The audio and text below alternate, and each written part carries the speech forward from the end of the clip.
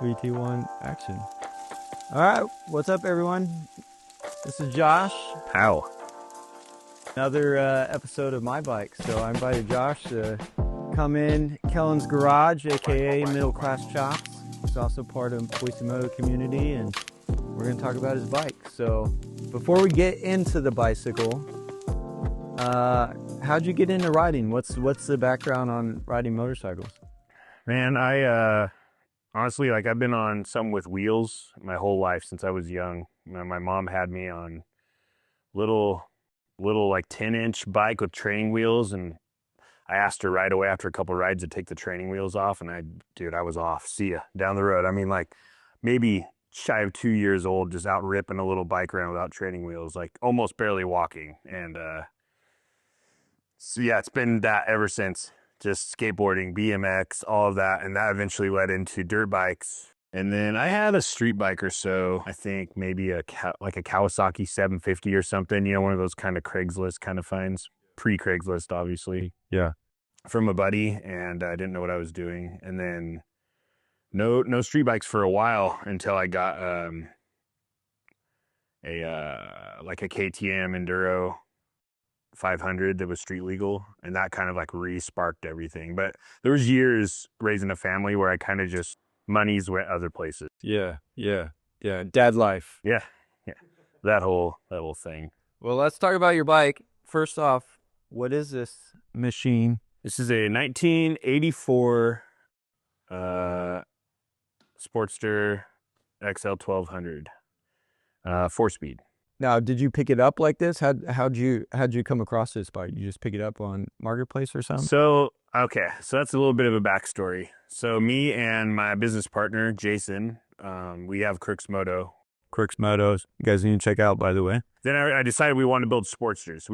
That's Sporty Chops is what we wanted to build. So I started searching out a bike, and what I wanted was kind of the factor of what bike I bought was the wheels. I wanted the 9-spoke mag wheels for my bike, and so I had to turn down a bunch of good offers on bikes, and eventually I found these two ladies. They're flat track racers, and they had this like sports. It was all nothing on it, no headlight. It was like getting ready to be turned into a flat track bike, and they had a whole bunch of them. So they decided to get rid of the one, and the price was right, and it had the wheels I wanted. And so I went over and checked it out. Didn't have any gas in it. I was like, I want to ride it home. We had to put race gas in it to get it home because they didn't have any other gas. Yeah, and I rode it home, and it's been on ever since. Yeah. And then you just got the parts and started making it into a chopper? Yeah, first part I bought was the frame. Actually, I bought the frame before I even got the bike. Oh, really? That was like these frames after shipping and stuff, they're, shy of $2,000. And so I was like, if I buy that, then I'm fully committed. So Jason didn't even know I bought it. He was my roommate at the time. So there's a lot of like late night scheming, watching TV and scheming on the video and on the channel. And I was like, hey dude, guess what I just did? He's like, what? Just bought a chopper frame. He's like, no way. He's like, oh, now I got to buy one. Yeah. So that was like the first commitment was that. And then it was like, okay, now I need to start looking for a bike. And eventually that came along. What's your favorite thing about this motorcycle? Ooh. Favorite part? Well, I would have to say my favorite part's probably my sissy bar. John Kunk built it for me. He's a great fabricator and a great person. This is my favorite because, I mean, I like it. He built it to my specs that I wanted, but it also was like it's like a bonding thing and a friendship thing, and there's a lot more into it than that, but and it's held a lot of my gear. It's gotten me a lot of miles. So yeah, that's probably the sissy bar. Yeah, that's cool. So what is motorcycle culture? What does it mean to you? What do you love about motorcycle culture? So I think what I love about it is constantly evolving. It was one thing when I started, where I was at with it, what I was getting out of it. And what it is today is definitely not the same thing, and it kind of changes along the way.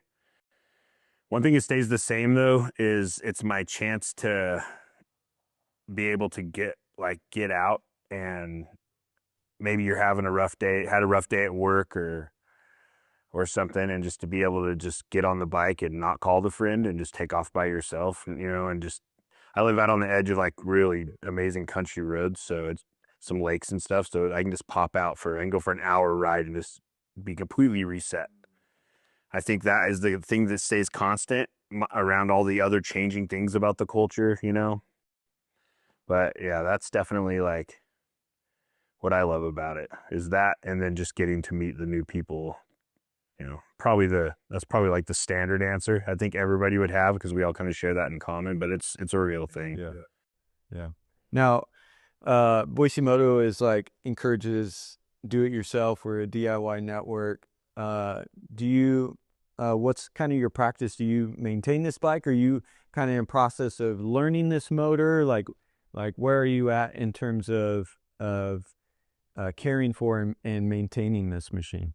Yeah, I mean, I do everything myself. I built the whole thing in my garage. Some of it is bolt-on, stuff you can buy. Some of it, like the fork legs, I shaved down myself with a angle grinder. Like, I don't got nothing to mill it or nothing like that. So the maintaining goes the same. It's if I feel like something's needs fixed or does need fixed, then I just do it in I got a little shed in my backyard, and just wheel it up in there. That's where it lives. And run a power cord out if I need. I mean, you'll see me in there welding or wiring, almost catching stuff on fire probably. But yeah, I do everything myself. Cool. Do you have a favorite memory with this bike or a favorite story? I think because this is my first chopper I ever built, I think the story is like probably just the building of it, because that was something that me and one of my best friends, Jason, did at the same time. And it's kind of funny because he kind of went one way with his and I went the other. And it was just as our personalities are, we're polar opposites. And I mean, the story of building these two with your buddy and just getting to kind of do that all together was pretty cool. I think that's probably the build story. What advice would you give to somebody who might want to build a bike and get into a chopper or maybe some sort of vintage style bike or something like that? What advice would you give them? I would say, I think the advice would be, it would depend on the person, right? So if it was somebody who was on a low budget, I would say build it however you can, because the other parts, change it up. You're always going to want to change stuff. Some other stuff, just get it built and on the road with whatever parts you can get from a buddy or a swap meet or, Facebook Marketplace or whatever. There's ways to do it cheap. And then if you don't have a lot of skill these days, man, there's companies out there that you can basically bolt the whole bike together.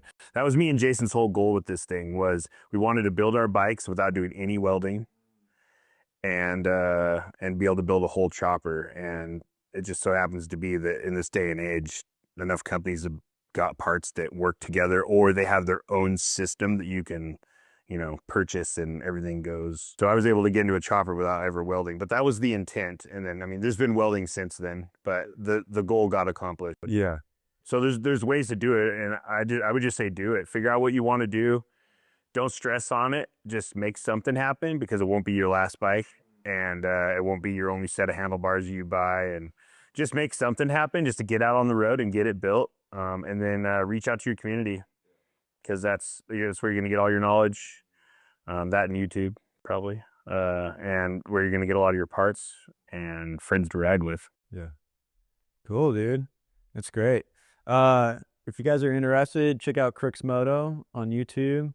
Josh and Jason, they're here in Idaho, and it's a cool channel you guys got going on, so be sure to check them out and follow them. Anything last you want to say before we close this thing down? I think, like always, anytime you get asked this question, I got to thank the wife for putting up with me and letting me spend money and just tear off on trips, and my kids for having my back, and